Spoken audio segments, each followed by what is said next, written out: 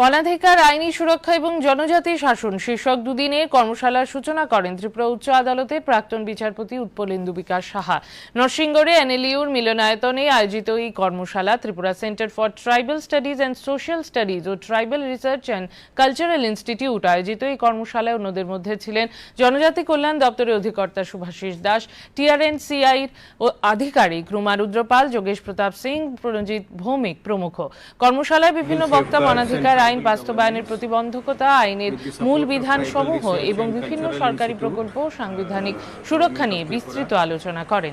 আলোচনায় গুরুত্ব পায় ত্রিপুরা উপজাতি এলাকা, স্বশাসিত জেলা পরিষদ গঠন সহ বিভিন্ন বিষয়। রাজ্যের বিভিন্ন প্রান্ত থেকে জনজাতি সম্প্রদায়ের নেতৃত্ব সহ যুবক যুবতীরা এতে অংশ নেন। On various issues like Forest Rights Act, we discussed Scheduled Caste, Scheduled Tribe Prevention of Atrocities Act. We discussed various issues related to Scheduled Caste, Scheduled Tribe Reservation Act. Then we discussed various schemes started by Government of Tripura and Government of India for the benefit of the tribal people.